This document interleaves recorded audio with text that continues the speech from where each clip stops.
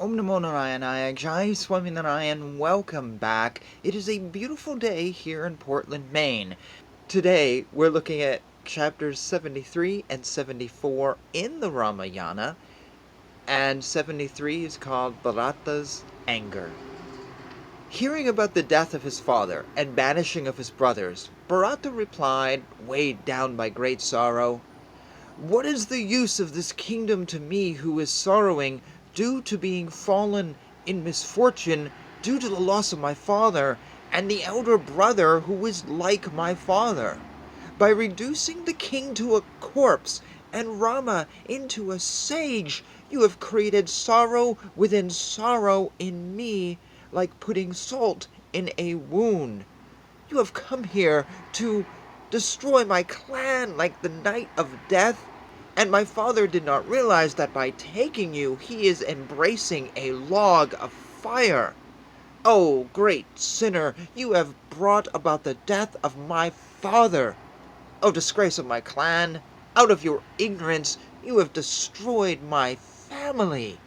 My famous and very truthful father, by acquiring you, was tortured by intense grief and has departed from this world.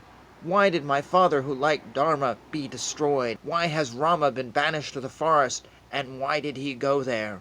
O Mother Kausalya and Sumitra, who are sorrowing due to parting of their sons, would find it difficult to survive in your company, though you are my mother. My noble brother Rama, who is the soul of Dharma, who knew how to conduct himself with elders, moved with you in an incomparable way, just like he behaved with his mother. In a similar fashion, the far-sighted elder Queen Kausalya, adhering to Dharma, was treating you like a sister. O sinner, you have made the pure-hearted Rama, who is the son of Kausalya, wear the dress of bark and grass, and made him go to the forest. Do you not feel sad for this? What reasons did you find to banish the famous Rama, who has never even thought of a sin, who is valorous and has full control of his mind, to the forest wearing clothes of bark? You perhaps do not know my devotion to Rama, and for the sake of the kingdom you have brought great distress to me. Without seeing those two tigers among men, Rama and Lakshmana, with what power would I be able to rule this kingdom? Daily the king used to depend on the very strong Rama for protection of the country, like the Meru mountain depends on the forest surrounding it for protection. How can I bear and drag this weight, which could be done by only a great man, as I am like a young bullock who requires training? Otherwise, by employing various tricks or using the strength of my intellect, I might get sufficient power to draw the kingdom, but I would not fulfill your ambition, as you are blinded by love towards your son. I do not feel like renouncing you, who is determined to do sin, because Rama used to give you the same attention that he used to give to his mother. O lady who only sees sin, O lady who has lost her virtue and Dharma, how did such a thought grow in your mind, which is insulting to our ancestors? In our clan earlier, only the eldest son would be crowned as the king, and his brothers would concentrate their attention in helping him. O wretched one, I hope you are seeing the Dharma of a king, or you do not know the permanence of the royal tradition. In the family of kings, the eldest son would always be crowned as the king, and it is a general rule for all kings in the clan of the Ikshvaku. Thus, it is more important. They who shine with the character of the clan have Dharma as their sole protection, and this pride of their tradition has been ripped apart, because you were taken in to their clan. Even your family had a bevy of distinguished kings, so how did this delusion of mine originate in you? O lady who is determined in doing sin, I will not obey the wish of your mind, and you have made me greatly distressed, and would bring the end of my lifespan. As for now itself, I will cause you great displeasure by bringing back my brother, who is loved by all, from the forest. After bringing back Rama, who has a very stable inner mind and who shines with luster, I shall become his slave." That great person Bharatha, after telling like this, which were unpleasant hurting words to his mother, became greatly affected by sorrow, and roared like a lion inside a cave. Thus ends chapter 73. Chapter 74 is called Bharatha Further Berates Kaikeyi. After berating his mother like this, Bharatha, overtaken by further great wrath, continued to speak. "O great lady who does wicked acts, you would lose this kingdom which you desired most, for, spurned by Dharma, you would keep on crying about me who is dead. Because of you, Rama was sent to exile and the king has died. What harm has the king and the very virtuous Rama done to you? By destroying this clan, you have acquired the sin of killing an unborn child, and you would go to hell and not live with your husband in the other world. You have sinned greatly by doing the horrible act, by sending the darling of the entire world to the forest. And also, I am now afraid of you. Due to your action, my father is no more, and Rama has gone to the forest, and by this act you have gained notoriety in this entire world. O lady who has the form of a mother, my enemy. O cruel lady, O lady who wants to possess the kingdom, O bad-mannered lady, O killer of her husband. I would not be speaking to you from now on. Kausalya, Sumitra, and my other mothers are overwhelmed by great sorrow by you who has spoiled my race. You are not at all the daughter of the great king Aswapati, who is a follower of Dharma, and you are a demon born to him, with the purpose of destroying the clan of your father. For you have sent Rama, who is always an observer of truth, to the forest, and also sent my father to the other world due to that great sorrow. That very great sin that you did has separated me from my father and made me abandon all my brothers and hated by all. O lady determined to do sin, O lady going to hell, by separating Kausalya, who is a follower of Dharma, from her son, it is not known to what world you will go.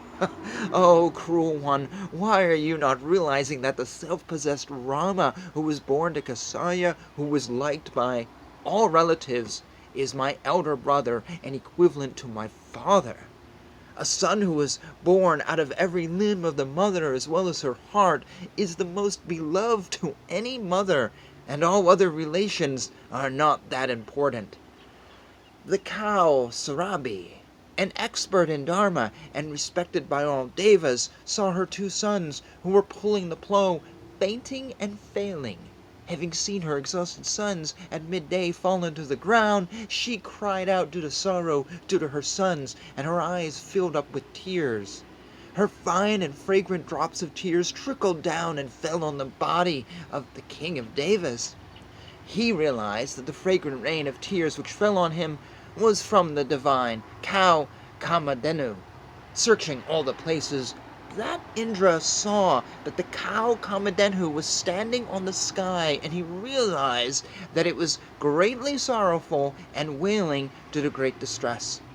Seeing that she was full of sorrow, that famous Indra, armed with Vajradyu and with folded hands, he approached the cow and said, "O cow, who desires the welfare of all? Are you worried about some problem for me from anywhere? What is the reason for your sorrow? Please tell me." Hearing those words from the king of Devas, that cow Sarabi, which was courageous and an expert in speech, replied, "I do not foresee any problem for you from anywhere, O king of Devas. I am only miserable and weeping, seeing my sons, who are a pair of bulls, who are in trouble. Seeing them very much tired, being scorched by the rays of the sun and being beaten by the plowman, I am sad. When I see them who were born out of this body, suffering great anguish by the weight that they carry, I become sad because there is no one in this world who is equal to a son. Seeing her who has thousands of sons spread all over the world, weeping to the sorrow of one son, Indra also concluded that there is nothing greater than the sun.